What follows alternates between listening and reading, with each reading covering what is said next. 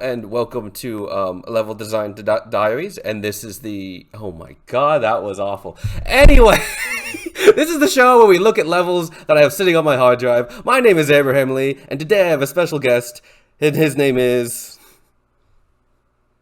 Jim Partridge. Hi. What are we doing? And we'll be looking at a level that was supposed to be part of a much larger mod, and it's kind of long, and I can get really ranty on this level. So I have Jim here to kind of help me out with this. Hi, Jim. How about tell people a little bit about how a little bit about yourself? Yeah, a little bit about yourself. Okay, I'm English. That's interesting. I'm from London.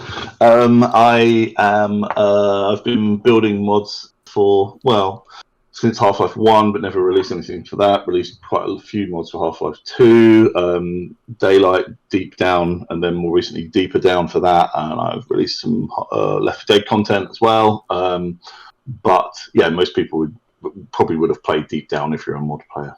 I think that's the one that most people played. So yeah, so mostly, as I say, focused on Half-Life 2, just because I always seem to come back to it and I always seem to enjoy it. So there always seems to be something new to discover and to have fun with. Cool, awesome. And I think that's a good segue in the whole inspiration for this level. What is my now sensitivity at? Oh, no, hold on. Let me lower that. Is that I wanted to make a level that was sort of inspired by the level design that you kind of see in Half-Life 1 in good and bad ways. So, yeah, Jim, if you ever need to cut me off or just have something you want to talk about real quick, just dive in, and that would be totally fine with me. Yeah, explain I think you should explain the idea a bit more, just about why go back to Half-Life. Well, why try and recreate Half-Life 1 gameplay in Oh yeah, sure. Yeah, because I really wanted to. I love taking another game and trying to shove them into another one and seeing how badly or well things go. This level actually started off with an elevator room on the other side, and it kind of grew from there.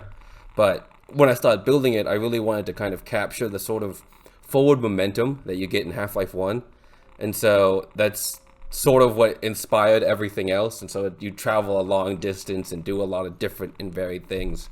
And I think it's a really cool idea because people like Half-Life 2 is a sequel to Half-Life 1, but it's radically different. So it's kind of fun trying to get that Half-Life 1 style backwards, you know?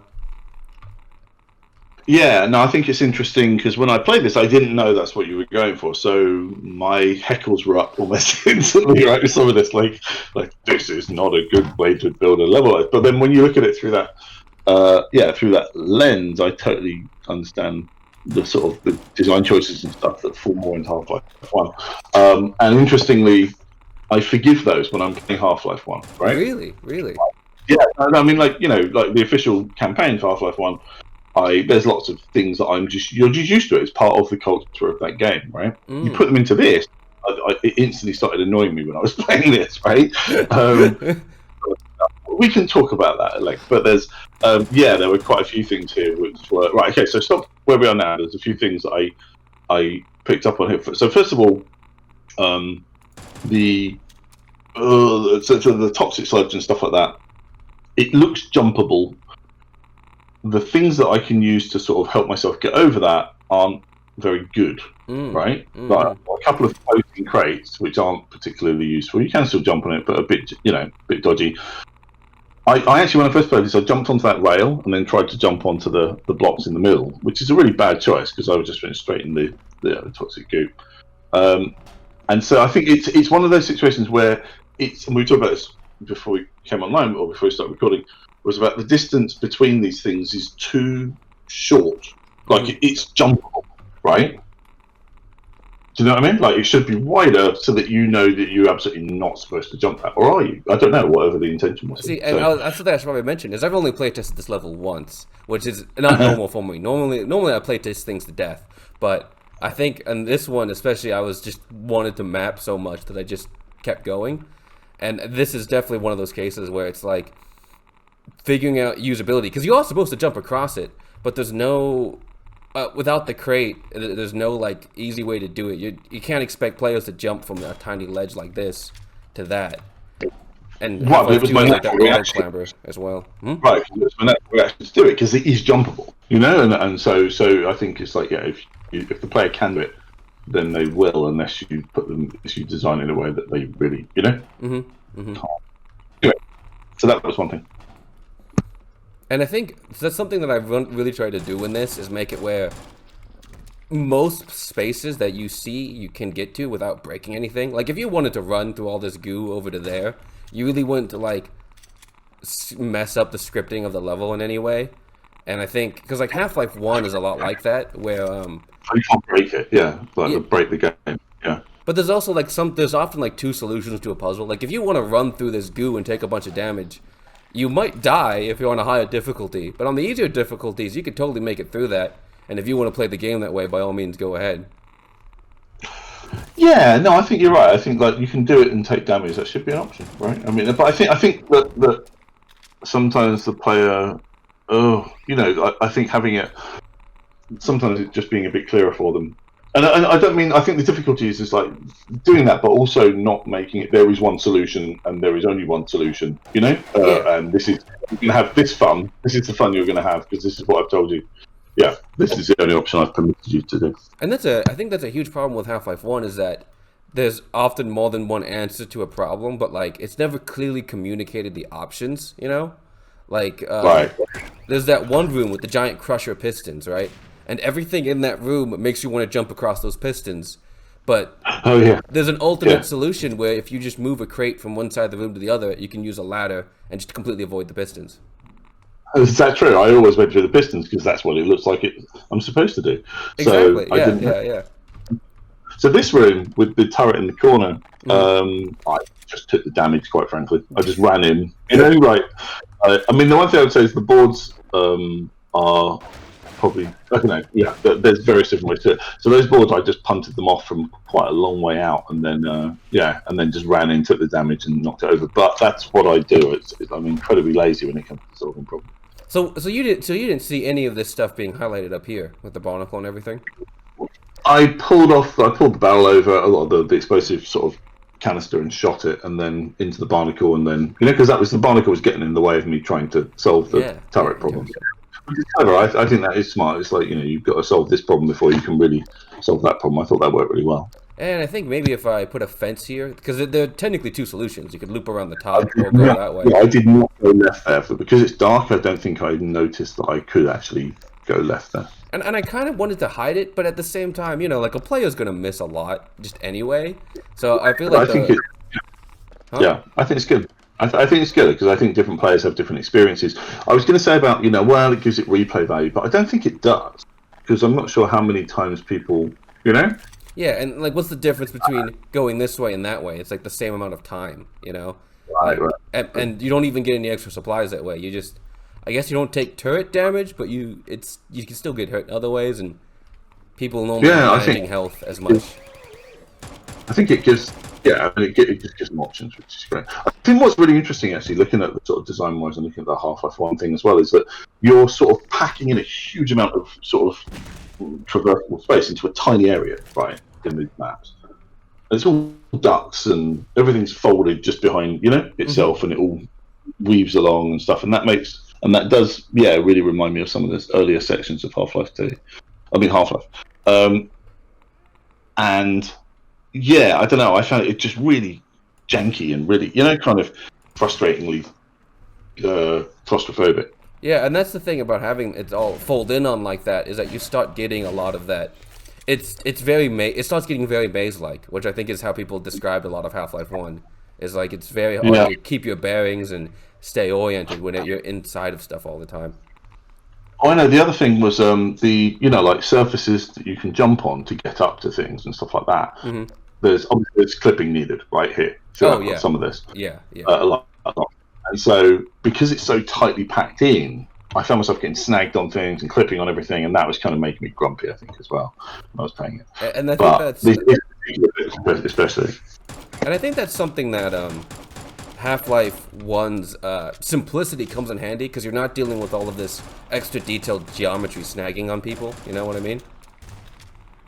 Yeah, it's true. The model kind of collision, stuff is can be problematic. Well, I think the other thing was there was a Night 2, so all that Quake 3 engine-y type, stuff.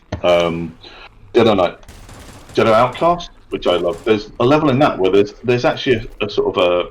It's hard to explain, but there's a bit of kind of BSP geometry which is supposed to be like a staircase, but it's so thin, like the steps on it are so thin that you'd never believe it was something you're supposed to jump on. But that's just how a lot of games back then did it, right? With that really kind of craggy BSP sort of stuff, and it's actually meant to be a traversable step, set of steps or something. But these days, you'd never look at it and think that was, Oh, I couldn't get to these, by the way. These were. Oh, you can get to this part. Yeah. I'm suck them through the through the beams there, and it's not having it. So. Oh, you would. Oh, this is too wide. Oh, I didn't even think about that. Yeah. I should have just put fences here because it's not. Yeah, it's one of those weird textures that has detail, but like it acts like a fence. Yeah. Yeah, exactly. Were you able to get? Were you able to save this person? Yeah, she came out of there. She died shortly after, but I was glad to have her shotgun, so it didn't bother me. Yeah. The other thing I was going to say is those boards, or all the boards and stuff. I tend to freeze them, so they can't be grabbed by the gravity gun, and instead you have to break them, right? Just I don't know. For some reason, I never like the fact you can take the boards off with the gravity gun. Oh, it does. It also breaks certain things as well. Like in Half-Life, in Episode 1 and Episode 2, it's a lot more consistent, but it's very inconsistent in Half-Life 2. Whether you can pull. Oh, really? It's just whatever the level designer did at the time. Yeah. Like I think there's one map where it just changes every time, and most of the time people just use the crowbar, so you never notice. But like. Yeah. See, it's really interesting the way you're playing this. Like she never made it out of that room before. Like the fast zombies took it, like wiped her out. Oh, before she ever. And they normally do as well. But I wanted to show off another one of those Half-Life 1 inspired things, and so there's actually a eye scanner, quote unquote, later on. So I wanted to kind of highlight that real quick. That never happened to me. She died long before that. And see, that's the thing about this map is supposed to be the middle part of a mod, so I'd kind of introduced that mechanic in the earlier level. Right. And this is really like, hey, look, there's a citizen there. Maybe you can save them and do stuff. So I guess actually this bit's fun. There was I can't finish my sentence. In Half-Life 1, you've got the security guards and scientists who will follow you around if you ask them to. And the citizen or the squad followers are pretty much about as intelligent as say Half-Life 2, right? Yeah. Everybody, the minute they see you've got followers in the mod, they're like, oh god. And the only way oh, sorry. Go on. No, go for it. I feel like they can be done well. It's just most people don't know the tools to do that, and also Half-Life 2 does it pretty badly as well. Yeah, I mean, I think the one thing I've managed to do with God. Wow. I've never seen that. I've never seen a citizen get gobbled. That's brilliant. Oh my God. You've never seen that before? Honestly, it's because I don't think many people really have maps with citizens and barnacles. I've honestly I don't think I've ever seen a citizen get in. Oh my God. What was I going to say? Before we move on to this next section, I got other stuff to talk about. Yeah, go ahead. But the citizen guys, the only time I ever tried to use them was I tried to do like a maze that's like on a lower level from you. So you're up on catwalks above it, and you can move the citizens through the maze by telling them to go where to move to, with a combine energy ball that was firing and bouncing off things and stuff like that. So you had to kind of get them through the maze and out of the maze alive. Oh my God! Okay. It was like a little side game that I built for Deeper Down when you're in the base at the beginning of Deeper Down with all this other sort of odds and sods going on. I thought that would be fun, and it wasn't fun at all. But it was still like the only way, because it reminds me of, research and development. I don't know if you remember that mod. People that uses bug bait like the as like a remote control for an antlion that you have to try and get through the maze on a lower level. I feel like an antlion getting brutally killed is a lot less bad than a citizen getting brutally killed in their own base. Well, the idea was that they were in a lab and this machine had gone haywire and you had to try and get them out alive, sort of thing. And then if you fail, it wasn't really that consequential. But yeah, it was kind of brutal. Oh, you meant like that? I thought they would just keep respawning, and you just keep sending them into this meat No, but grinder. there's like four, I think there's like four of them, and you've got to try and save them all. Yeah, Yeah. there you go.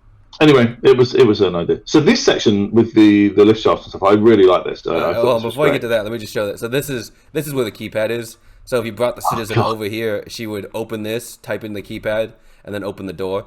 There's actually Right. another thing like this later in the level, but I actually updated it, and the citizen physically can't get to where this keypad is because it was from an older version.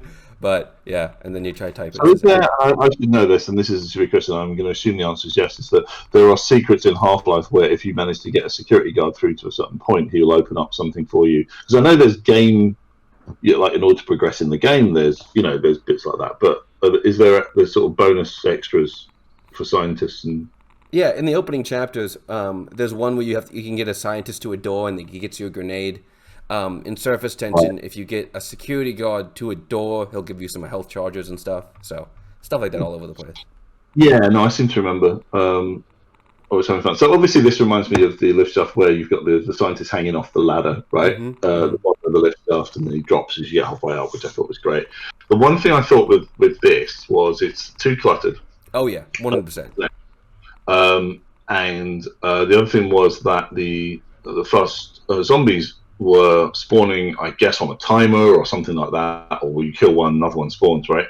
And I think it's probably better to have them triggered in a more choreographed way, right? So that they, so it ups the drama. So it's when you're at a particularly dodgy bit, is when, one of them.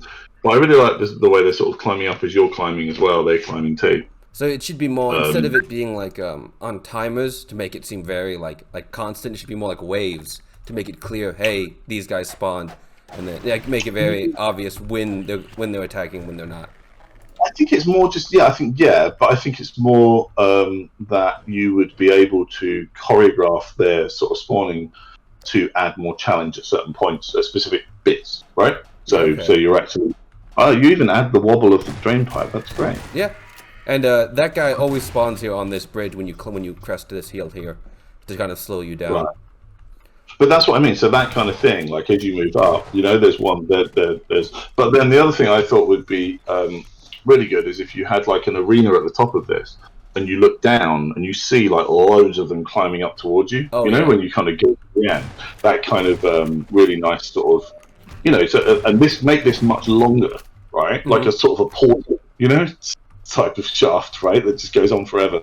That you're sort of climbing your way up, and then having like a fast zombie arena at the top, and then seeing them all coming up. It's something that I always wanted to do, and never really. I always sort of got close to it, but never really did something. But yeah, because that's what I was thinking when I was playing this bit, Yeah, because it's so quick, and like if you know where to go, which I mean, clearly first play I wouldn't. You can like blaze through this area, and it's this cool combat sequence. I should really dive into it more instead of. Or for example, if you're climbing up and you get higher, you have to then activate the lifts which you've already been on, and they rise up, to another level. And it like opens up and let the zombies come out or something like that. Or no, but even just like think of the lifts as movable platforms. That as you climb higher up the shaft, you can move the lifts to create new platforms for you. That's a good idea. Yeah, and I could even set up the AI navigation so that when the lift stops moving, they could easily jump on the platform. Right, exactly. You just link the nodes or unlink them depending on where you're at. But like I really like I love verticality like this, and going upwards is better than going downwards because, as we talked about before recording, you can survive a long drop in Half-Life 2, right? Yeah. Depending on how much health you've got, obviously, but yeah, you can survive a long fall. So it's better to do a climbing scene than a dropping down one. But yeah, having that height and then, but I just imagine like looking down and then all those fast zombies like climbing their way up towards you, would be awesome, I think. And I think that's where the noisiness and the clutter of this area would really, removing that would really help because you've got all these vertical bars, and removing them it would accent more where the zombies are actually climbing instead of all this weird noise visually, Yeah. But as I say, I really like it really got my imagination going. This scene. But I always loved that scene. yeah, that scene with the dangling scientist in Half-Life 1 is one of my favorites all time of any game ever. Just that when you're climbing half up and you get just vertical with him and he drops, you know? Oh yeah. And I'm afraid of heights. And it just made my palms sweat and my knees just ache. Like it's the vertigo symptoms are really odd. There's like your palms ache, as I say, and sweat, and it's really bizarre. But yeah, really got me going. And this is where the whole mod started. I realized I could get zombies to essentially flank you and like climb up and then jump down. And so I played with that, and I was like, well, a good way to do this without having me to build a giant area would be an elevator shaft. And I'm like, what other game loves elevator shafts? Half-Life 1. And that kind of just blew up from there. Yeah, Half-Life. So the zombie climbing is as I've tinkered with that phrase, and it just drove me nuts. I just would not do it until eventually I managed to figure out how to rig that properly. But yeah, like back when I was making Daylight, I had them climbing up out of the pit kind of thing, and yeah, that was just trying to get fast zombies climbing was really. This is actually, I think I made a prefab, but this climb distance is actually higher than the navigation nodes will allow. So I just forced the connection. Yeah, you put air nodes. You can put air nodes in between as well. Well, they don't use air nodes. They use jump nodes. Really? Or jump paths. Yeah. Oh yeah. Yeah. Yeah. What's the other thing I was going to say? There was. There was something. Oh, and the toxic goo at the bottom of the lift shaft really annoyed me. Really? Yeah. Would you fall in it a lot? Yeah. Well, I think the first time I tried, because of some of the very messy, geometry. Oh yeah, so see that first opening platforming is really difficult. Yeah. I jumped in there, and that was very annoying. I think this would have been a great place for a bottomless pit, and you just see them coming out of the empty shadows below. But, one thing I always really loved, once again coming back to Jedi Outcast, Jedi Academy on Quake 3, was they had this kind of falling animation where, if you fell into a pit, like Star Wars bottomless pit, right? Mm-hmm. And you disappear into the distance, like the camera stops and it follows you and then stops, disappear off in the distance. And it's never, obviously, the problem with this is you have to have a kill trigger at the bottom of the, it has to end sometime, right? It never had that kind of bottomless pit, sort of feature. Well, I know that in Portal 2, at least, if you fall down a long enough shaft, it just fades to black and then kills you. Oh, okay. I can't remember. I thought that Portal 2 had... no, but that would make total sense, so you don't ever actually hit the bottom of it, right? Yeah, it just fades out beforehand. Yeah. Now, this kind of stuff, I know this is totally Half-Life 1. Oh, yeah. This annoys the crap out of me. It's in the ceiling, you have to crouch jump into it, it's like hidden, there's no real good lighting. Like if I turned off this light and put a light in there, that would make so much more sense. Right. This is from like a year, but this is like several years ago. How I do lighting has changed so much since I made this level. But it's not hard to find, it's just the whole Combine monitor being a platform it's like not and that is totally Half-Life 1. You jump all over this weird stuff to get around places. Right. And whenever I play a mod or whatever, and they have me jumping on pipes to get up to the ceiling or whatever, that always, especially if the pipes are really thin. Those kind of surfaces that wouldn't normally be surfaces. You could like Half-Life Alyx is really good about this. Like if you can platform on somewhere, they make it almost like stupidly clear that you can go somewhere. Right. Because that's not what you should be spending your time doing, right? When you're playing games. You shouldn't be figuring out, oh, can I stand here? You should be like, I can stand there. Where can I go? Not what can I go on. I didn't realize you get a glimpse of this guy Ellie there. Yeah. Yeah, there's even a line that plays, but I don't think it's hard to hear. Yeah. I thought this is something I really wanted to mess with. I think Half-Life Alyx trailers were coming out at this point, and I wanted to mess with the idea that what faction you're about to fight, like zombies or Combine or whatever, by the environment. So like you come up here, you kill a couple zombies, and there's a turret, but like there's all this Combine tech around. And it's like, okay, you're about to fight Combine. Get ready. Yeah. But and I just like the you got the different color palettes and stuff like that to play with, which I think is really fun. I always love the Combine cold colors. Always make me very happy. I never know. because if you think Half-Life 1, I always associated that kind of toxic green with zombies, right? Yeah. I don't know why. Whereas Half-Life 2 tends not to have that. It's more that Ravenholme-y, quite a warm light, in Ravenholm. Like weird yellow color. Yeah, this is so Half-Life 1. This is great. The pipe, the vent. I can't remember specifically, but you know exactly what I mean. And when I built it, I was thinking of that vent room in particular. Yeah, exactly. I knew exactly what you were going for when I got to this bit. If I can, oh my god, the platforming. Yeah, no, I also had this problem as well. So I'm trying to get. Some of these don't. That's it there. Okay. I don't know what I'm doing. Oh my god. How long ago? You said it's been a year, so you're not going to remember this. Well, I might. What's the question? Nothing. No, I was going to say it's just funny because you were struggling to finish your map. There's is that still? No, you've had that one. Yeah, he's dead. Oh yeah, it's down the drop. So I thought that was interesting because sometimes you get proper never-ending drops in vents, right? Oh yeah. The main reason I did that was just so the player couldn't get back up. Make a point of no return. Tough to do in vents though. And this is where I keep putting flares everywhere in my map, right? Like a sort of course. It's like, who put a flare in there? It doesn't make any sense. I thought this was fun, but I don't think this fired for me the first time I played it. Really? This didn't. Yeah, I came to the end here to the right. Maybe I just didn't head down that way, and so maybe I just went right and then went from there. This Combine soldier was so annoying to deal with because, oh my god, whoa, what the? Where is it? I think you say.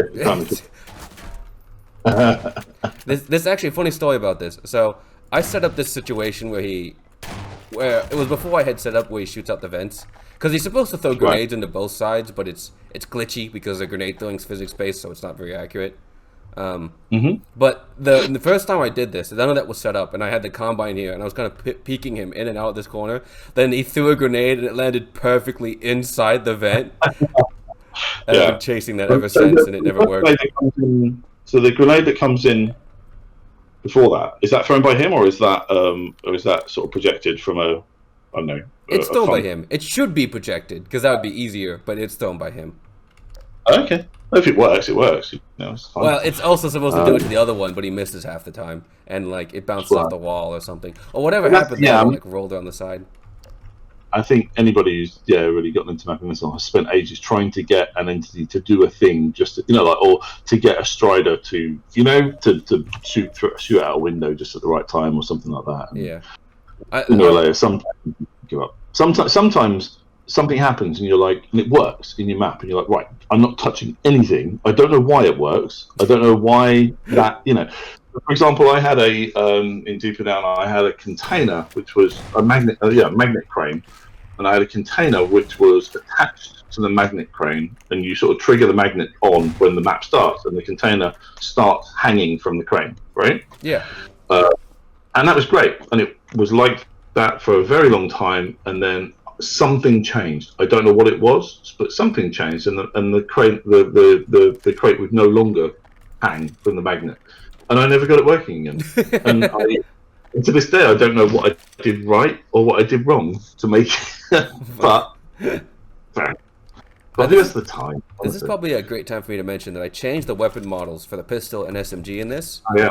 Because I changed the handling, because this is supposed to be more Half-Life 1 based, right? And I was messing with the Combine AI code at the time. I have lost the source code, so I don't know what all the changes I did.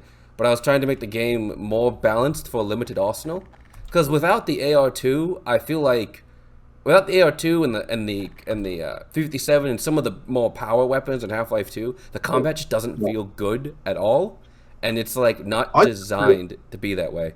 No, I tend to jump straight to Ar2 combat. I don't like SMG or pistol or shotguns. And fighting Combine with the Ar2 works really well because of how they're coded. They're coded to interact with the Ar2 in a special way. And so when I was not wanting to include the Ar2, I had to rebalance the AI and the damage outputs to make the SMG more like the Ar2 and make the pistol on the SMG fill that role. No, it's so much work, and no one will ever know. I mean, it played fine with normal balancing, but it just wasn't feeling great yet. So I like this. I like this fight coming up. So this was, a really nice arena fight. But also, it drew me in for the space, right? Maybe not far enough. At this point, I want to make sure that the coast is clear before I step into that space there. Oh, you're talking about and this. Then I would have put a sort of a drop here or a point of no return to really get me into the space. I think rather than because I found myself retreating back into the space. Oh, you did? Over here quite a lot. Yeah, just because it's safe and I know it, right? I've seen it and I know what that looks like and I know how to use it. Whereas, so I probably would have dropped the player into it. See, that's actually one of the things that, like, when designing this, I really wanted to create a running gunfight and then, like, a sort of arena fight instead of having that clear delineation. So I tried to have this guy spawn to draw you forward, and I left this window open because if there was no window here, the fight would be so boring. You just pull them back here, So you're saying no, I play this the way you did. That worked out, but because but with this action here, I think you should have clapped the floor or whatever it meant, whatever it was to get them into that space and moving. Ah, so you kept them. Oh wow, I've never actually fought them from this area, so it shows how how bad my playtesting is. So you fought them from like this space around here. Oh, yeah, I'm a complete chicken, so I will always retreat back to to where it's safe and fight. I never push forward. So if I need to close a distance, if it's a straight line, I'll push forward, but that's about it. Yeah. If it's more complex, I'll back off and stick to what I know. Honestly, this is still fun though, fighting them from here because of all the different elevation levels. It's more a shooting gallery though, right? Yeah. You're not really encouraged to. You're not really moving around and flanking all that much. It's mostly you just wailing on them.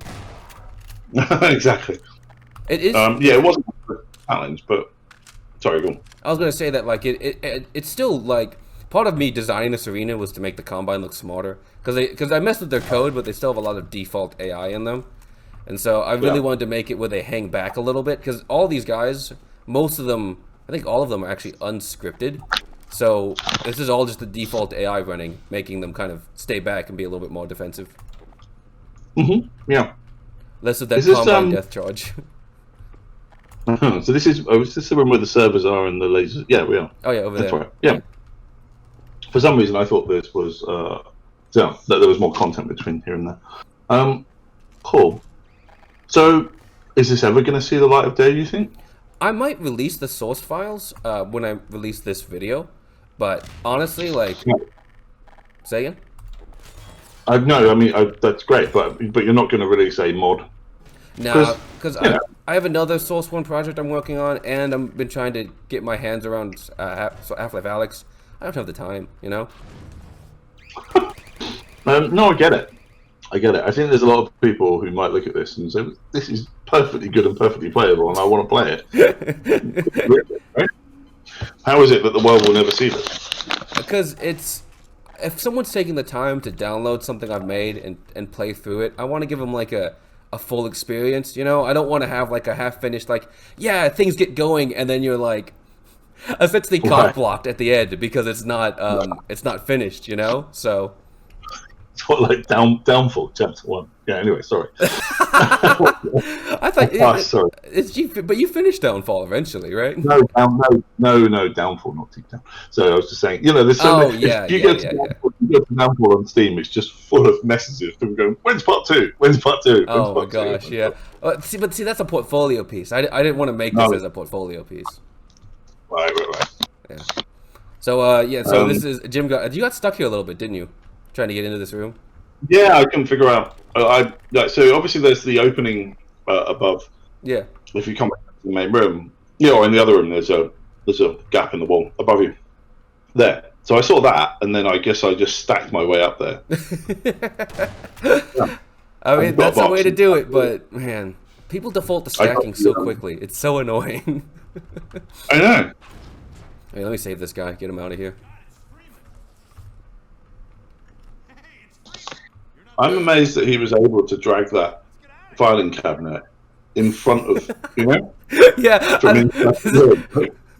There's a weird story about someone breaking into a brick wall and then putting a filing cabinet up there somehow. I mean, it's impressive. That's some serious upper body strength he's got, right?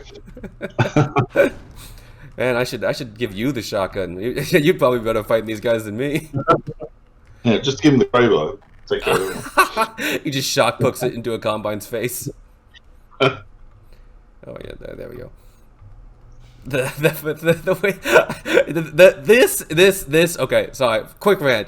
Stuff like this is why the Citizens failed so much. It's because there's no room. You can't do any scripting to stop stuff like this from happening. Like it's problems in the level design. You have to design them around having these characters. Okay. Oh no, you've got to like really restrict it down, like lock down the options. Oh, I see. Sorry, go ahead. No, it's nothing. Yeah, you're right. I have an AI thing. I thought I did. I had an AI thing like here to stop him from going in there, but it's so like if you just move a little bit past the distance, he'll run straight up to you, and then it's like it's squad mechanics. Yeah. Like I know why they wanted to do it. I'm so glad in episode 1 that you just have one person following you. So go back. Look back to where you just jumped to. Yeah. That ledge. That is not something that my brain would acknowledge as being a surface that I should be jumping to. I think. But Half-Life 1 wise, I think it probably makes sense. But I think it's because the ceiling's so low on the other side, right? Oh yeah, yeah. You don't think to jump to that thing. Yeah, exactly. And or over that. Yeah, that platform on the edge, on the end of it, should be much larger. Mm-hmm. This is one of the situations where I was. This is where playtesting would have helped a lot, because I was worried with this fight that if I made this path too obvious, you just ignore the fight and jump over there. But I think you're so vulnerable jumping anyway that if you get to here, the shotgunner spawns, so you get slowed down here. That you. I think you'd be way too busy. Or for me personally, I'm way too busy to think about jumping or trying to solve puzzles at that point, or trying to figure out getting into that room if I'm. Yeah, if I put like a light on this thing or something, that might help. That probably would have helped too. I tend to be a fairly single-minded gamer. I'm a man. I can only do one thing at a time, right? It's like. I think that's true of a lot of things, though. Like, this is getting a little bit off topic, but like if you play a video game and they throw like a million different enemies at you, or a million enemies at once, like I don't know, Doom Eternal or something, your brain can't track all of that. Like it's sensory overload, and so it has to like default to like circle strafing or some simple movement to keep them at bay. Right, where you're sort of assessing and killing at the same, assessing and shooting at the same time. Which is why I like the squad system in Half-Life 2, where or Half-Life 1 also they do this too, where they can only have 2 people shooting you at once, and that's so you can focus on one person, but you also have someone else dividing your attention. Like it's just enough that like you can keep track of those 2 things, but any more than that, it'd sort of be like overwhelming.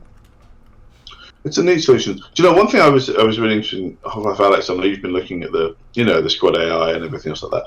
Is, I mean, when I played it, how long is it? I mean, I'm replaying it at the moment. I'm probably about 2/3 of the way through. Mm-hmm.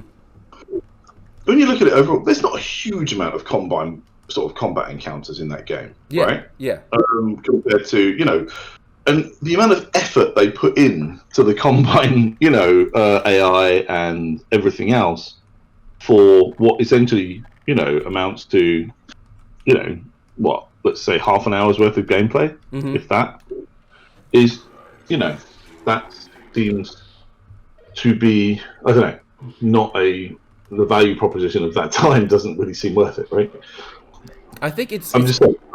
Oh, sorry. So I'm hoping for more. I'm hoping for more Half-Life content if they're going to put that much energy into, Oh, it's such a small thing that like you want to see them put a lot of energy into a big thing, Well, it's just more, if you've put this much energy into it, we should have more content to justify, that.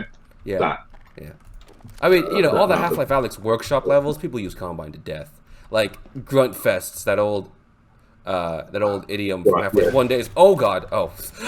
That could have been very painful. That could have been. Oh my God.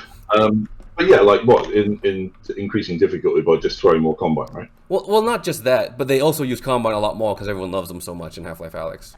And I think part of the reason they feel so good in Half-Life Alyx is you never spend enough time with them for them to get boring, you know?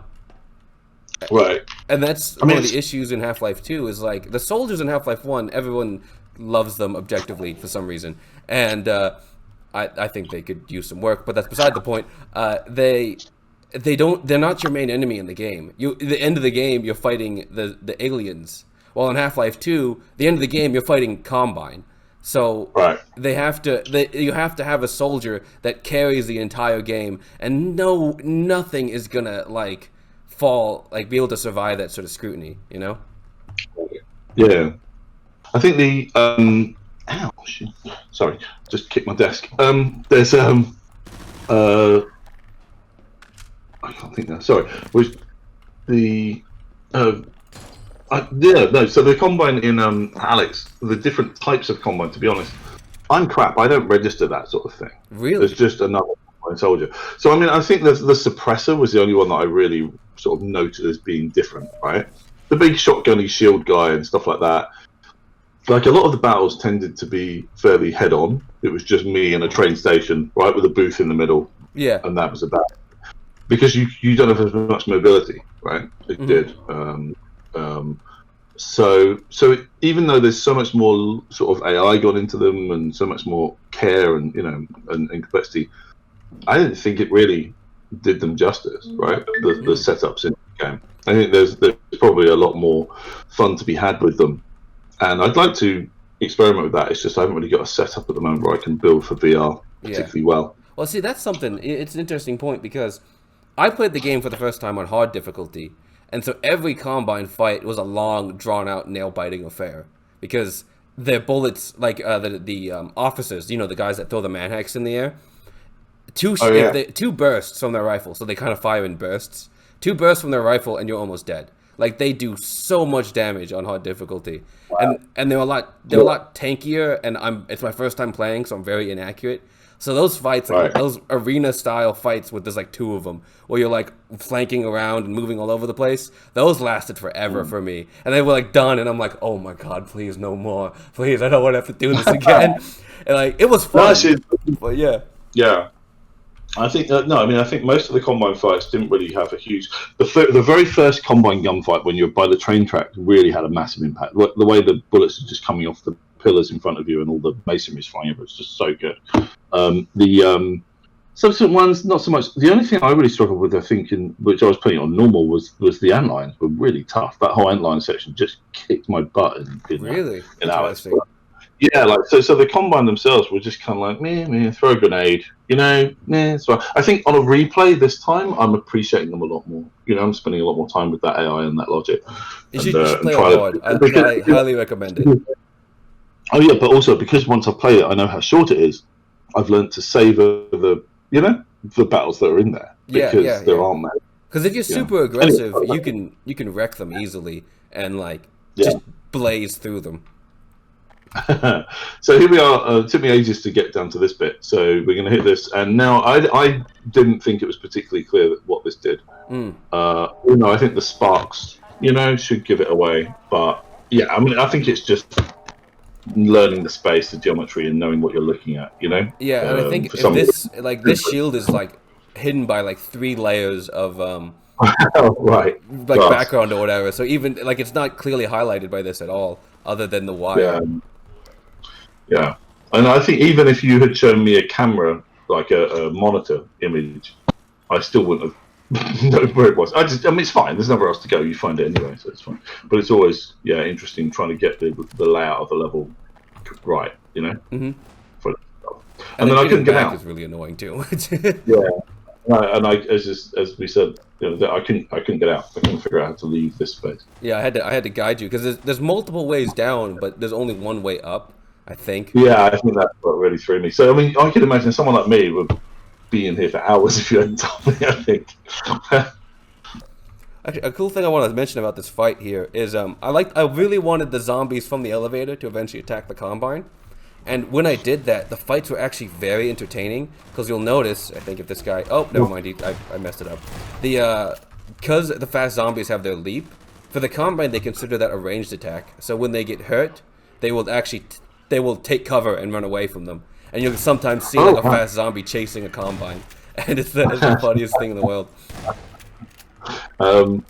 I really like three-way fights with three different, and actually one thing I was, there's a few points in this where we had, you're mixing together, say, combine and zombies and stuff like that. And I think if you are if you come into a battle where they're already having a fight, I think that's really fun, because then you can decide which way you want to sway it, right?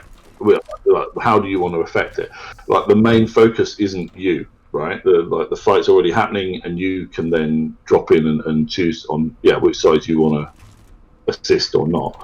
So that's probably just a good thought on design wise. I think it's different, like when you're fighting zombies and then suddenly some combines turn up as well. I think that's a whole different, And it's that sensory overload thing. It's like you suddenly have to pivot on your heel, which can be interesting, but most of the time, they'd have to spawn from an area that makes sense. Like if I'm fighting zombies on this hot walkway and they spawn here behind me, that's just bad. Like your focus is suddenly split between two spots, and you're like reeling, trying to get a hold of the situation, and it's not good. And they all have hit scan weapons, so they can kill you really quickly.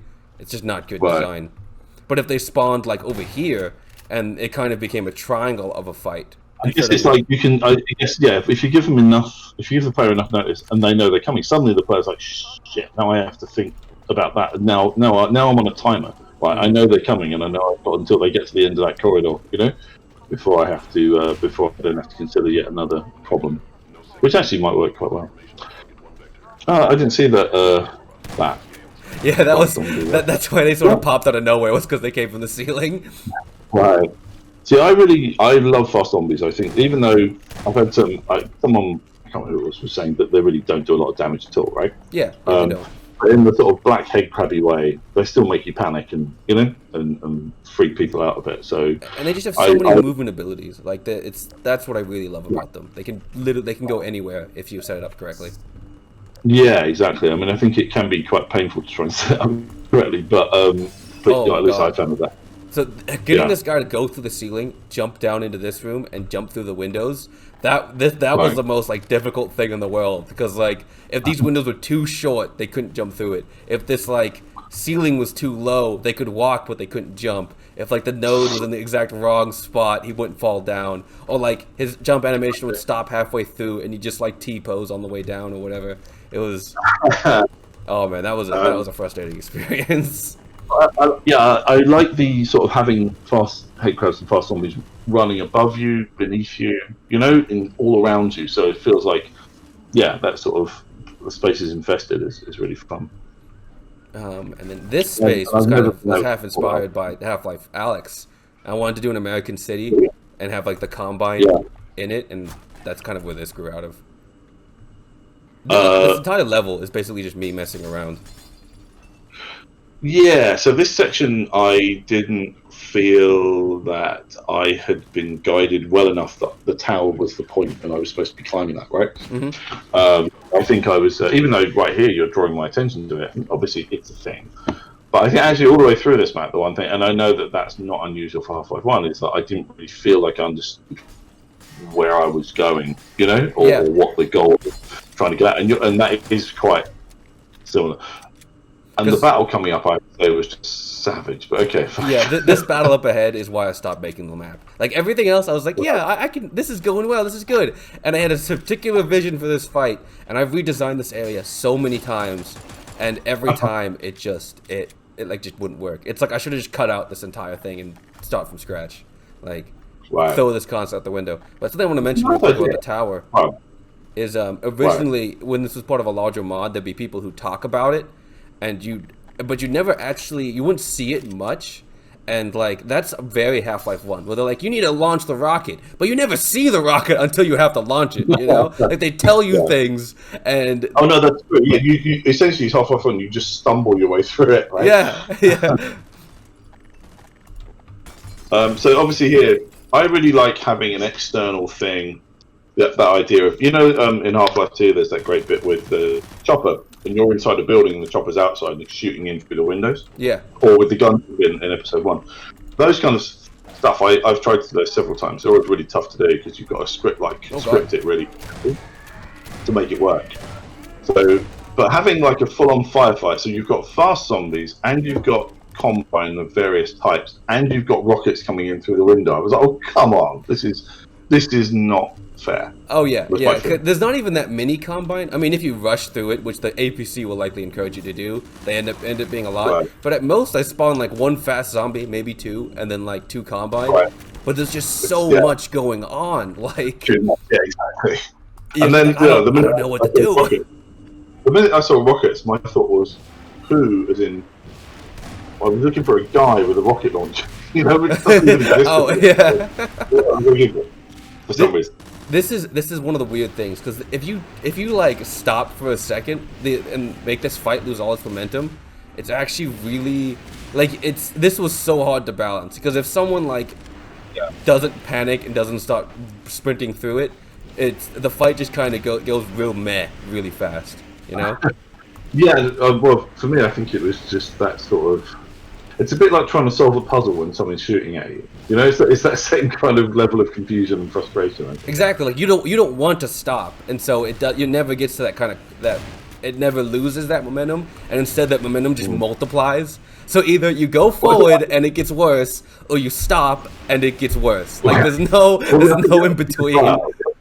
Yeah, the other thing as well is that you didn't really give me fair warning of what was about to happen. You know. Yeah. Like if you if you chucked a few rockets at me earlier, then I would, and then I would have known that was still a thing, maybe, and prepped me, right? And that was the reason I redesigned the space so much, is because I wanted to get the player to see the APC enter the area. But because of how open it is, because I'm designing it for a gunfight at the same time, I can't. You've got fast zombies attacking them as well, so they're not gonna. Yeah.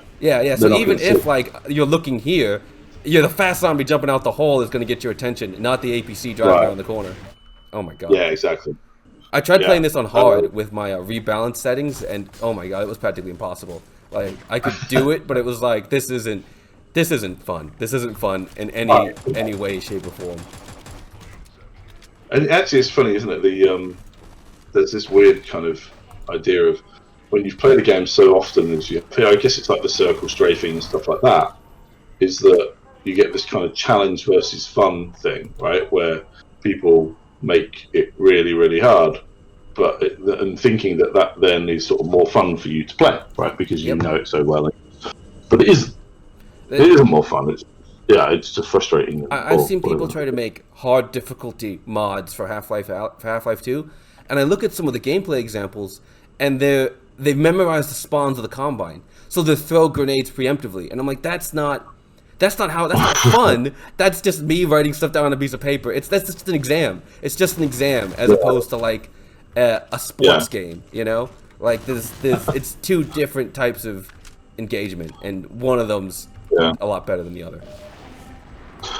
And also, this entire part's inspired by the end of Office Complex. Not Office Complex. Sorry, We've Got Hostiles, where the missiles are coming down from above or whatever, or the mortar technically. Oh yeah. Yeah. So my interest in there was to grab the canister, the gas canister there, and try it with the gravity gun at the. Oh, did you even make that shot? No, probably not. Maybe. Oh, wow. Yeah, possible. But that was like, oh, okay, maybe I've got to do that because I've got no other weapons. Because I think that's the other thing is, there's no weapons I have that can. Well, you're not supposed to be able to kill it. That's no, of course not. I think that's the thing. Is what's interesting is putting the canister in there made me think maybe I could. Oh, really? Okay, yeah. Because the APC is one of the few things that you can actually kill without, like, like hunter choppers and gunships. It's kind of like, okay, I need the RPG or I'm not going to be able to kill it. But APCs are one of those ones where it's like, if you have enough grenades and SMG grenades, you could conceively take it out on your own. Right. Yeah. Something else that I should probably mention that, oh my god, I'm dying. You're making me nervous, man. Get up to the top level. Okay, alright, hold on. I need to mention this real quick because more enemies are going to spawn. I'm probably going to die again. The APC, I found this out. The missiles don't make a sound in flight. They make a sound when launched, but not in flight. So I had this really annoying issue where, like, I'd be playing through this and, like, a missile would come around the corner, but you wouldn't hear it. You just come here and then a missile would just smack into the wall and kill you. Yeah, no, I think that was actually one of the things I picked up on as well. And that's right. Go. Oh, I thought there was health up here. Okay. That was brutal. What was that? The guys over there spawned and shot me in the back. Okay. Yeah. No. Just too hard to be fun. Yeah. All right, I'm blazing through this. I can do this. It's normal difficulty. I'm not gonna lower it. I made this. I'm the creator of this level. They can't. I don't bow to them. They bow to me. So even he can't do it, and he made the fucking. Sorry. Yeah. Fun stuff. As I say, like if I come in at a high platform and look down. Sorry, Jim. You cut off for a second. And there's Combine. You still there? Yeah, I can hear you now. Yeah, I think cut up. No, I was going to say. So if I came in on a high platform and look down, and there's Combine and zombies, like fighting each other. Oh, so like if this was reversed.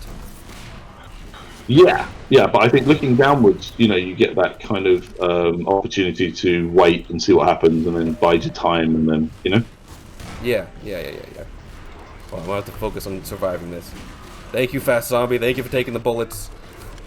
Please, Combine, kill zombie. Okay. Ugh. Die. Oh. This is like hard difficulty levels of fights, and I'm on normal. This isn't right. This is not right. Okay. Yeah, this is end of mod battle for me, I think.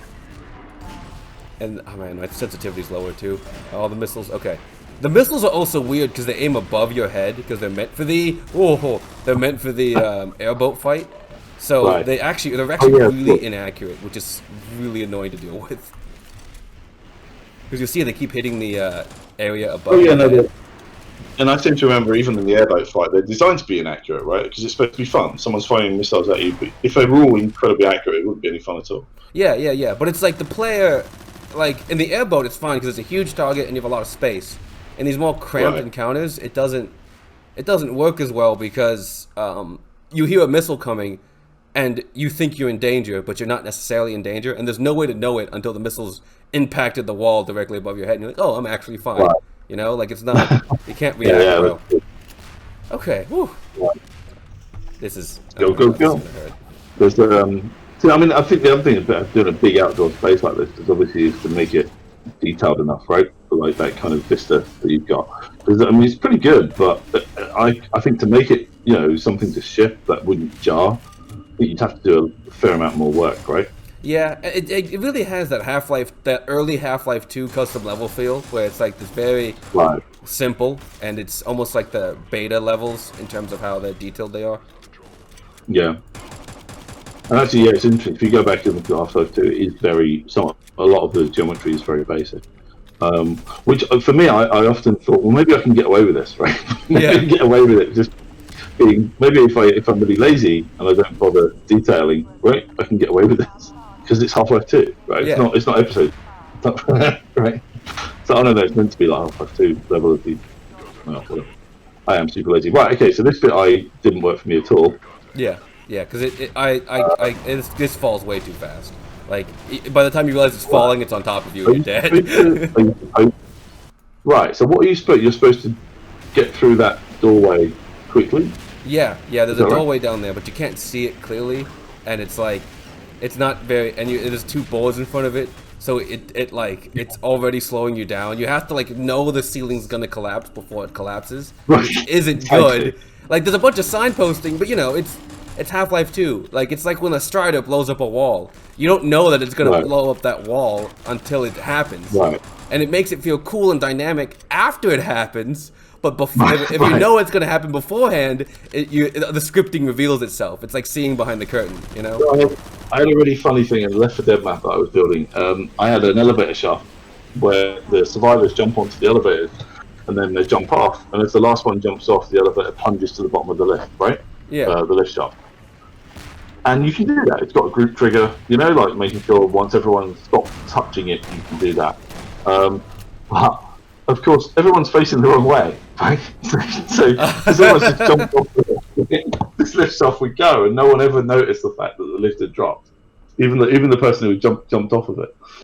See, that's one of the things that that's so important to level design that I'm really starting to pick up now in Half-Life Alyx, where the player's view is so freeing that you really have to frame your spaces to draw the player's attention to anything, even enemies walking into the room who make a bunch of noise and have guns shooting off all the time. And it's like, no, you still have to actually focus their attention visually on that happening.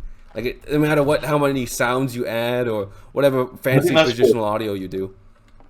But that's where sort of lazy design comes in for other titles and other, a few jumped a bit spring to mind, like The Witcher or Cyberpunk or whatever, where they just don't bother to design to that level, and instead they just simply give you a cutscene because it's easier, right? Yeah, it's easier to give you a cutscene or a million cutscenes rather than actually design a playing space so that so you're learning from the environment. And that's one of the issues with open world design is like it doesn't matter. Like some people who are good at it will like be able to do that with how they design their world, but that's really hard to do right. And so it's so easy to like. That's why you have all these objective markers and information being thrown in your face. Doom Eternal does that too, where like they freeze the game to tell you something because they have no better way to do it because the game's so like fast and open-ended. Because the games are so large as well, you've got an army of people who are all sort of cranking out, content, and you don't get the opportunity to do that kind of close design work, right? That's the way I feel. So that's why everything is procedurally generated, or I don't know, yeah, whatever it is. Like you don't get many sort of. They get like a terrain map of the world, and then they fill that in, as opposed to the other way around. Yeah, I mean, I know that, for example, when I was saying when he was working on Far Cry, you have mini dungeons, right? That's what a lot of the areas are. So Skyrim, you get a cave and it's a dungeon unto itself, and that's kind of fun. So there is design that goes into those spaces, but it's hard to do when you've got so much content to make all of it interesting and perspective. Which for me, I think there's still room for, heavily designed linear gameplay. Yeah. But we won't get it anymore, probably. Well, that's why I'm excited for Halo Infinite, because everyone's like, "Is it an open world game?" And they're like, "No, the levels are just really large, but they're focused." Like it's like melding the two sort of design philosophies into one, and I really want to see if they can pull it off. I think it'd be great. I mean, you're playing Titanfall 2 right now, right? No. I just downloaded. I played it before, so I'm just. It's like when I need to get footage for it, or I get that itch, I'll have it there. Right, got it. So, but no, I mean, like maybe that. Prey is obviously very much of the shock, sort of genre, but the Titanfall 2 is probably once again the last linear, FPS. Open-ended linear. Right, and the funny thing is that the reception to it was massively positive. The single player campaign, massively positive. No one complained at all. So I don't really subscribe to the argument that it's not something that people want. Right? Yeah. It's just and the replayability of it. I've replayed it like 4 or 5 times. I think other people do replay these things an awful lot. I think it's just the investment that's required to produce them. With if you think about BT in that companion, to invest in a companion, for example, like Elizabeth in Bioshock or Infinite or Alex. It's so much more investment for them to do rather than just to have a procedurally generated, survival space, which is a shame. But there you go. Maybe the taste will change and things will evolve. Now switching back to the map, I remember I was watching you when you did this, and this part is awful. Like this is peak bad first-person platforming. Like you break the window, right? This platform's so narrow, and you get like a little hop up here, and you can just go sailing off the edge if you're not careful. I did. I was very through, right? Look, there's the blood from when I fell. It permeated through every single version of this map. Yes, but no, I went straight down because the fall itself isn't dangerous to me. Yeah, because this is like, what is it? I think 256 is this height, and players can survive that height in Half-Life 2. Like that's. Yeah, exactly. So to me, that's like, oh great, okay, I'm outside. I'm finally outside of this building. Great. I'm outside this death trap maze of pain. I can leave now. I can just run away from the level. Right. So I mean, it's difficult. What are you going to do? Like the building's on the edge of a cliff. It's like there's no way else you're gonna, put have spikes that on the bottom. Or maybe down into like a. You could do toxic, right? Toxic goo. That's the other thing you could do. I mean, conceivably, right? So this entire map, I can't show you the other side just yet. But this entire map, I could easily just make all the buildings taller, because the ground floor doesn't influence the map at all. So I could just bring all of this background info stuff down like 256 units, and then it makes sense. Yeah. And that's what I think really lazy modders come in, is they don't want to. They've put all this work into this, and they don't want to move it. And it's really easy to do. It's just you have to go through all the tedious work of selecting everything. Mm-hmm. Or not even that. I mean, it depends on whereabouts, obviously, and how many you built it. But hopefully, there's enough room to just simply switch, like start going downwards instead of upwards. Yeah. Oh yeah. This is also this was jump. didn't work for me either. Very frustrating. And this already leads you around. Like the way this looks makes you want to go around this thing. Yeah, true. That window looks breakable as well. All of those windows there look breakable to me. Yeah, I think this really, like, especially in Half-Life 2, in Half-Life 2, they're really inconsistent about what windows can break and what windows can't. In Half-Life 1, they're the same way. It's only until Episode 1 and Episode 2 they start getting their act together. So yeah, I would definitely have to put like bulletproof glass, or board them up, or something to make it clear. Hey, look, I'm just trying to show you an area. Don't actually think you can go in there just yet. I would go with wooden boards. I think probably with gaps. Wooden boards with gaps. Yeah. So because you get so close to it, you can peek through it anyway. This also, I'm just realizing this now. There's a little lip on this model that I'm using, so I can't physically walk forward here without jumping first. I do understand the necessity of clipping very much, but often when I'm in playtesting, I haven't clipped anything at that point, so it's quite frustrating to play, I think. Yeah, because I think that's one thing I've started doing now very early on. Whenever I whenever I'm getting something ready for playtesting, it's like, okay, the player's experience is going to be so much worse if the navigation isn't smooth, and they're going to be thinking about that and not the level. So it doesn't matter how long it takes you, you need to get it comfortable for players so that you can actually get the criticisms you need, as opposed to the stuff that's already on the list, Yeah. Sorry. There's what was I going to say? So this area I didn't really like. I've got the big sort of green exit sign screaming at me over on the other side. That's very cute, by the way, having headcrab hanging. And so, trying to figure my way through this, I didn't really enjoy myself, I have to admit. And you also don't have enough information either to figure it out, because well, that's the point. That, I'm not really sure where I'm supposed to go. There's obviously there's a room over to the left-hand side which has got a lot of stuff in, which is quite interesting.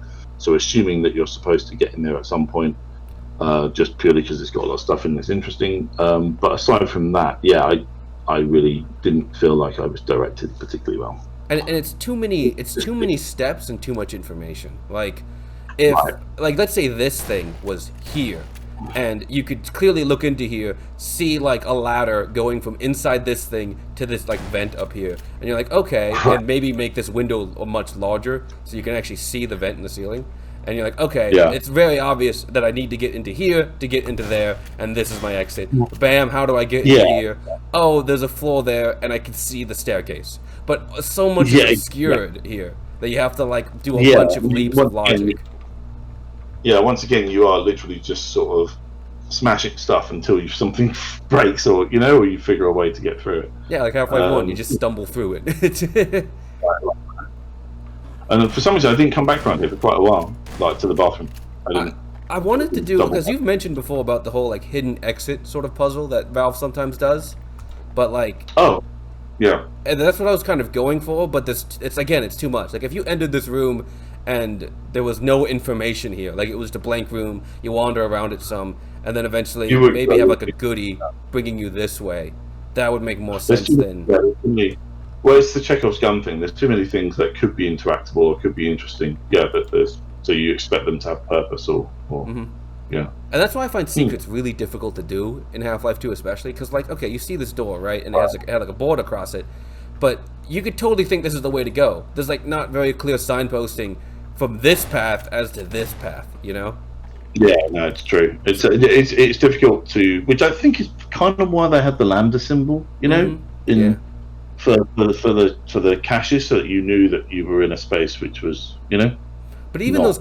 those caches were often put in very linear spaces. They were never Yeah, put in like really wide open spaces so that you would think like this is the way to go. It was only ever in places where like it's a really long hallway, the enemies are over there. It's very clear, hey, that's the way to go, but there's a vent off to the side with a lambda cache symbol on it. yeah. I mean, it's a really blunt instrument, and that's for sort of trying to.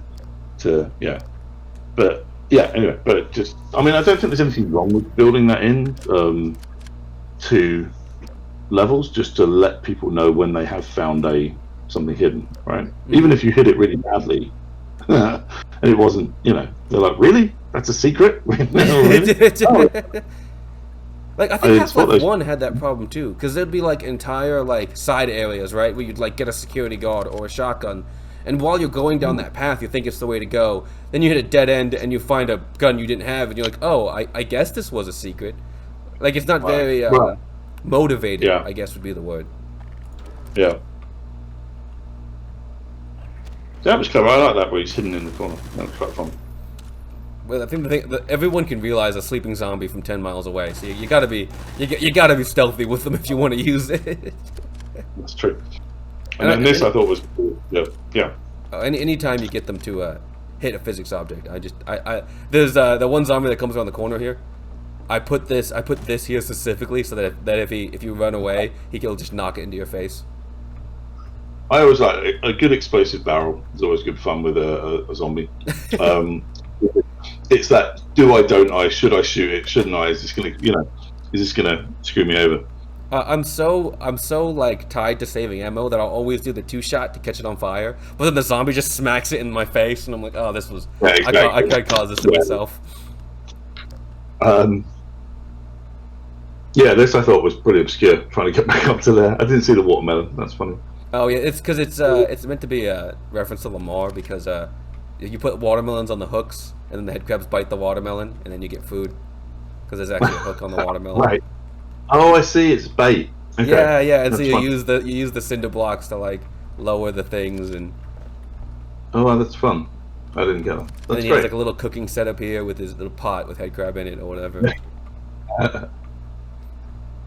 And Cool. then something clearly went wrong, and now he's dead. And now he's a zombie. Maybe he ate too Right. many. We were talking here about this whole Half-Life 1 platforming. Oh yeah. Like game platforms. Because you see all this stuff sticking out, and you're like, oh no, I have to do that. In a reasonable, real world simulation, this makes no sense at all, right? Which I thought is very funny. I also found it really annoying, but yeah. I think that's what I really like about the citizen tech in the canals is like it explains away all this weird platforming, because like they're trying to stay off of the muck on the floor or whatever. They're just doing what they can, and maybe it looks weird and wacky, but no, that's totally fair. Actually. I really like the idea of citizen tech and building almost like your own sort of Gary's Mod contraption-y type stuff, yeah. Like maps, which I've never really done, but I'd like to do more of that kind of thing, because just with a lot of the pulleys and the physics objects, and have fun with that. It's just so hard to do in a brush-based engine. You gotta really keep things on grid and all this stuff, and make sure you're not giving Viz a nightmare and all that stuff. Well, I'm also hoping, as soon as I can find. We've said this before about them not really having many games to be able to create content for anymore, unfortunately, in Unity or Unreal or whatever, Mm-hmm. and even in Force 2 right now, there's not a huge amount you can actually do, which is a shame. So what we need is another title that we can actually create some decent content for. That's why Sandbox is coming out, man. Hopefully Halo will get modding tools. I know you're not a huge fan of Halo, but Yeah, no, I'm interested in Sandbox and what's actually going to happen there, and whether that's going to just be another Gmod, where everyone just arses around and doesn't really do anything, or whether I can actually build a decent, experience. Yeah, because I feel like a big thing about Gary's Mod is like the custom game modes and stuff, and it's like they don't. Oh, it's fun. It's just obviously it gives people the opportunity to play things and screw around with it however they want to, right? You can stick a bunch of bouncy balls in the middle of a, Yeah.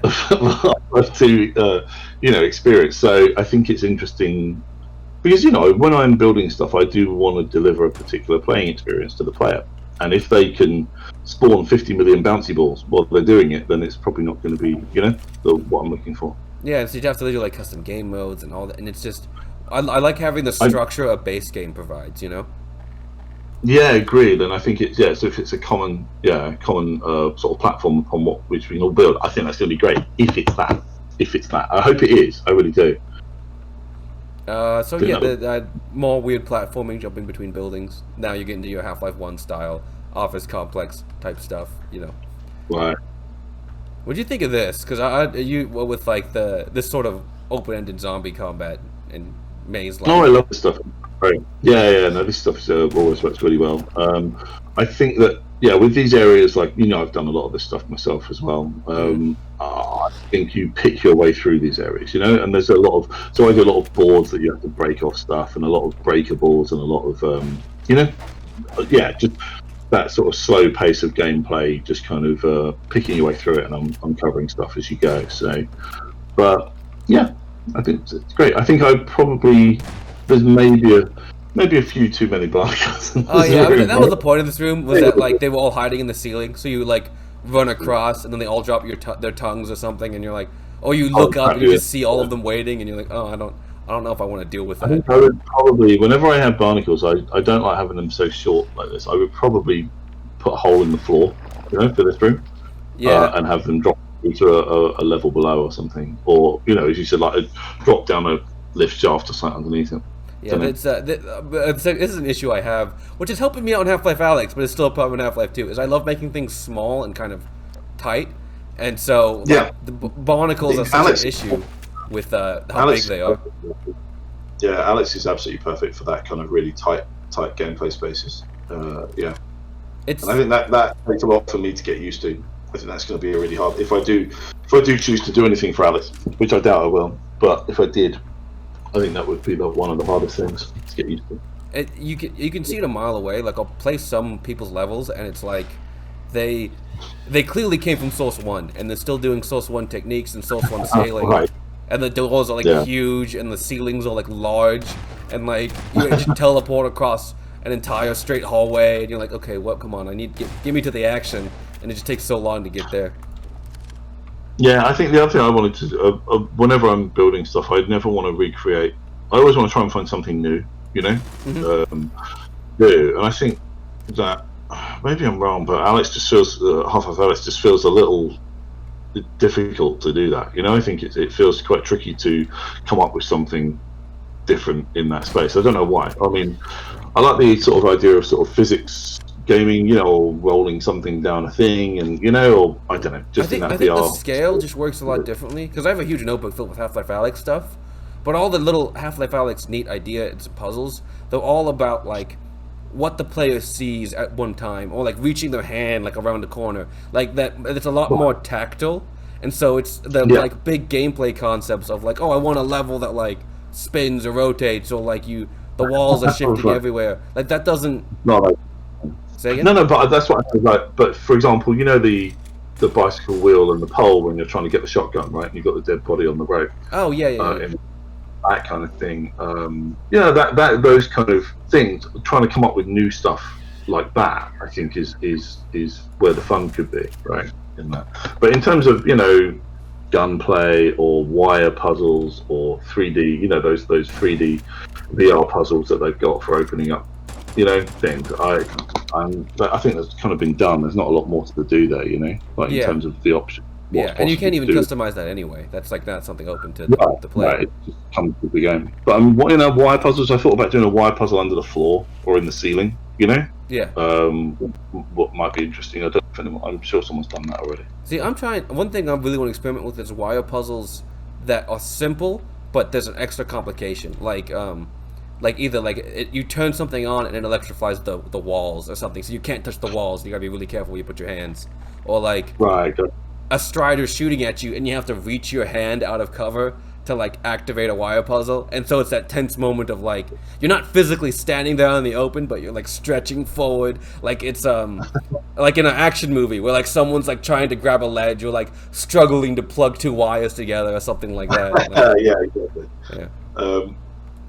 Yeah, it's got, and I think the other thing with the VR thing is obviously every puzzle has to be resettable. You know, you have to be able to reset it and try again.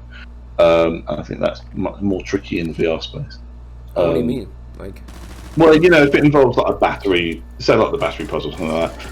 You know, you can't they're lose so small. Like they could get lost all over the place, and or exactly. players' hands glitch out through the floor. Right. Yeah. So yeah, stuff like that. And here we are. You can see how interesting the last part was because we didn't talk about it at all. I mean, I think that last space is you know, is quite nice in the sort of the. I like the crawl spaces in the ceiling and stuff like that with head crabs and things. And it's so much easier gameplay to figure out because it's so much slower, you know, calmer than. Do you have any idea what was going to happen after this? I mean, I see Antlion Hills, but. Oh yeah, sure. Let me note clip real quick and hold on and talk a little bit about what the plans were. So obviously, so the idea was that there's a resistance helipad or something on the roof, and you need to take the tower to the top. But the Combine get a beat on you, and so you need to dive back into the building, and you'd have like a buddy you'd run into every now and again. You know, like one of those NPC characters, like, "Hey, let me help you out." Okay, I'm gonna stay on this side. I'll catch you up in another way, type of thing. Like Father Grigori, And so the idea was that he would come here, rescue you, and be like, "Oh, the Combine are everywhere. We need to like, I don't know, take a different path than we were expecting," and you end up diving into an antlion nest inside of this skyscraper thing. And it's so impressively large. Yeah, it's impressively large, sort of for just one map, right? Like there's a lot you've managed to get into one map there. Yeah, because I think if we look at it, it go all the way over there.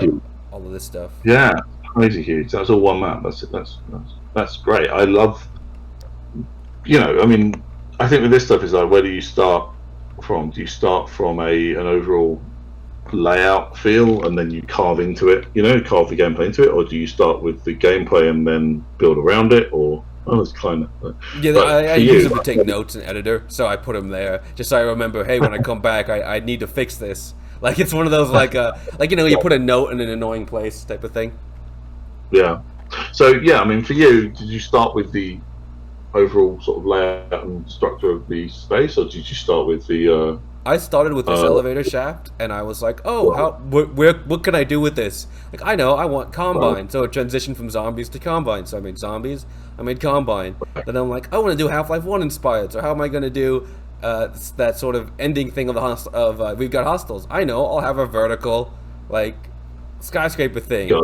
It just kind of that makes sense. And then wrapped it in a city. And then it was like, okay, I need a cool down moment, and so I added zombies.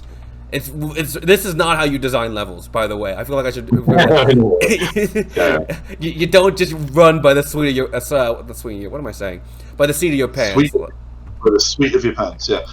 There's but at the same time, you can. It's a nice way to generate ideas and like explore things. I mean, I do have. I have very few levels actually have I got where I just built and they ended up that way, but when I do, it's quite a nice way to uncover new interactions between NPCs or new ideas, you know, like just to build and see where it leads. And then I tend to sort of make a note of it, put that to one side, and I might bring that into a project later on, right? Yeah. It works, like this whole zombie elevator, I'm doing this again. I don't know when, I don't know how, but I'm doing something like this because this idea has a lot of potential. No, it's great. Okay, I'm going to head out because I need to go to the toilet. But apart from that, yeah, thanks, man. That was great. Thanks for joining me. I think we hit a lot of really interesting and cool topics. So this will be a good video. Cool. All right. I'll speak soon. Take care. See you soon, man. Have a good one. See ya.